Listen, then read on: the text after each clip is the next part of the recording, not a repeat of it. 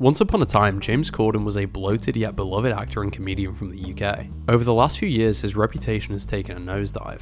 From altercations in restaurants, award shows, and on the street with paparazzi, James has gained a reputation for being rude and disrespectful to those he sees as inferiors. It's safe to say that most people hate James Corden, but why? Well, let's investigate. And I also want to play devil's advocate and ask the question, is he overhated? Born in London in 1978, James had a relatively normal childhood. His mother was a social worker and his father sold Christian literature. At 18 years old, he started working as an actor, and then had a TV reporter role where he had the chance to interview Meatloaf on morning TV. James kept working as an actor and would appear in commercials and TV shows, but broke through as an actor in 2000 where he starred in a TV show called Fat Friends. He also acted in Alan Bennett's play The History Boys and traveled around the world to New York, Sydney, Wellington, and Hong Kong. Then in 2007, he co-wrote and starred in his own original series, Gavin and Stacey, which is what really kickstarted his rise to global fame. The show went on for 3 seasons and was a big success, with Corden winning some big awards for himself. Corden continued being a pop culture icon in the UK and frequently appeared on popular TV shows. But in 2010, the world had a chance to see the dark side of James, when he had a spat with legendary actor Patrick Stewart during an award show.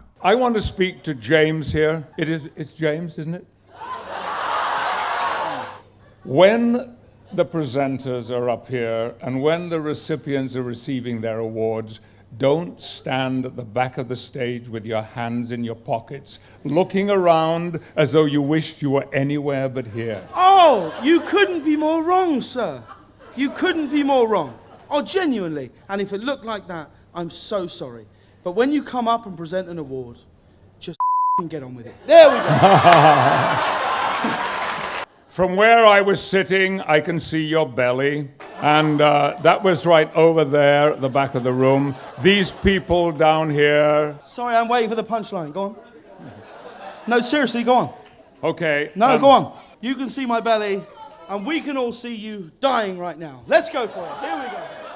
At this point, his reputation was still so good that this was only seen as a bit of a hiccup. James was the nation's chubby friend, a lovable funny guy who popped up on TV from time to time and starred in one of the country's biggest shows in those years. His reputation would start to change when in 2015 he was asked if he could replace Craig Ferguson on The Late Late Show.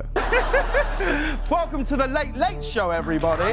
The fact that Corden had left the UK for a cushy, well-paid role in sunny California didn't really sit well with his fans back home, and the tall poppy syndrome that the UK suffers from really started to kick in. Is called in the UK the tall poppy syndrome. It's something that's in British culture where if someone's had a lot of success, people feel the need to chop him down. His fame was very much limited to his home country, and so when he went to America, he pretty much lost all of his fans due to the fact that The Late Late Show wasn't even broadcast in the UK until 3 years later, when only a 30-minute highlight show was broadcast each week. This paired with the fact that America didn't know him that well initially, put James in a tough position. He had moved on from his original fan base, but also had the job of winning over an American one. His Scottish predecessor, Craig Ferguson, was known for his charismatic, laid-back approach and witty humour. James just didn't have the same ability at first, and obviously wouldn't have the experience of the guy he replaced that was doing it for years before him. James actually started doing quite well with the show, incorporating hugely successful bits like carpool karaoke. His seemingly likable personality mixed with fun ideas and huge celebrities made for a really successful show. Was it hard to transition from acting to hosting? It's all a performance.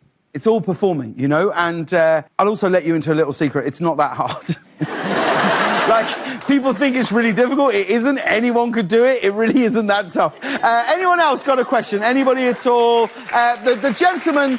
Whenever we perceive someone as achieving more than they deserve, it does create a dose of envy and sometimes hatred towards them. Corden's global reputation at this point was at an all-time high, with the first hiccup being in 2019, where he starred in a film adaptation of the musical Cats. The movie was called one of the worst films of the year by critics because of its terrible CGI and shocking performances by Corden and his co-star Rebel Wilson. For his performance, he received the Razzie Award for Worst Supporting Actor of the Year. The famous creator of the original play Cats, Andrew Lloyd Webber, criticized Corden's performance as well, claiming that he begged for it to be cut from the film. The world got to see James Corden as a fat pussy.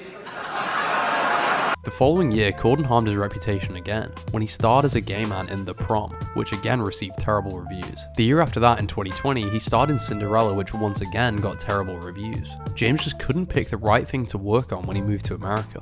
But working on bad movies is no reason to actively dislike someone. These movies are nothing compared to what would actually destroy James's reputation. In 2022, James made the headlines when he got banned from a restaurant in New York City. The owner of the restaurant said that James Corden was banned after exploding at the staff when he found some egg whites in his egg yolk omelet. "You can't do your job. You can't do your job. Maybe I should go into the kitchen and cook the omelet myself." When the story went viral, the restaurant owner put out another statement saying that James had apologized. "James Corden just called me and apologized profusely. Having effed up myself more than most people, I strongly believe in second chances. But anyone magnanimous enough to apologize to a deadbeat layabout like me and my staff doesn't deserve to be banned from anyway, especially Balthazar. So come back to the five and dime Jimmy Corden, all is forgiven." James then went on his show and apparently lied to his audience about what happened. Have I missed anything? Did I miss any news?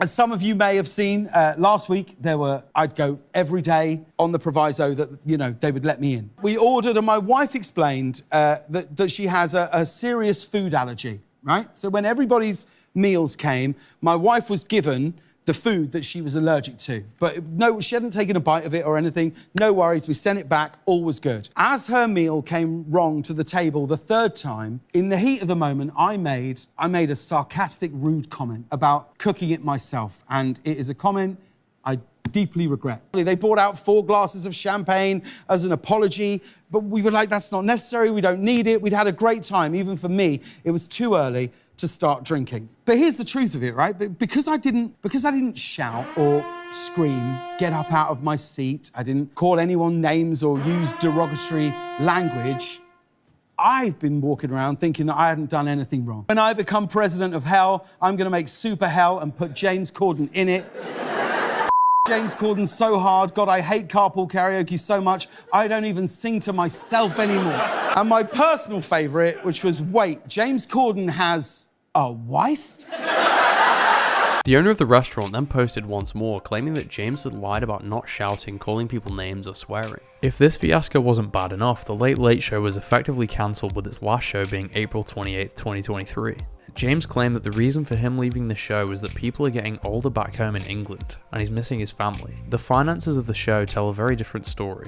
The showmakers just can't come out and say that the show is bleeding $20 million a year and they can no longer afford to pay James Corden's massive salary, or may have to fire a lot of his staff. Corden's excuse was much more convenient. Unfortunately for James, British people kept saying things along the lines of, "America can keep him," and "We don't want him back." Part of me actually feels bad for James. Sure, he's not particularly talented at anything, and as with any late night talk show host, most of what they say has been pre-written by a team of writers. And I hold a personal grudge against him because he once took down a video I made tier listing his most embarrassing moments throughout his career. The video remained on my channel for about 15 minutes before it was manually taken down by his team, and I hold him personally accountable for that sin. He's considered untalented, pretentious, and some of his behavior screams egomaniac. Ultimately, I do think he's worked hard for his success from a young age, and despite a few moments of bad behavior, it's important to put things into perspective. Other celebrities like P Diddy have allegedly shot people in the face and committed a plethora of seriously sickening crimes. From my perspective, James Corden is way more hated than P Diddy, which seems unfair to say the least. 6 years ago, even before the restaurant situation, James hosted a disastrous Reddit AMA where he ended up only answering about 5 questions, and his PR team answered some others. The comments are filled with hateful questions directed right at James's personality. Some have shared anecdotes about their encounters with James, with most of them saying that he was rude and short with them. With his troubled reputation and his return to the UK, James has most likely been lying low for a while, enjoying the buckets of money that he made from The Late Late Show and those terrible movies that he worked on. James has a real chance to make a comeback in the public perception when he announced that he's working on a Gavin and Stacey Christmas special to be released December 2024. James is going back to what made him successful in the first place, and he's going back to the same show that made him blow up. Depending on how good this episode is, it really could shift how people view him. Let's wait and see how James does. I think he does deserve a chance to win people back. Now, one last question. I'm in a band. What advice would you give to me? You need to always do the best you can do. No matter what the given situation, no matter what comes up against you, do the best you can do, and you never give up.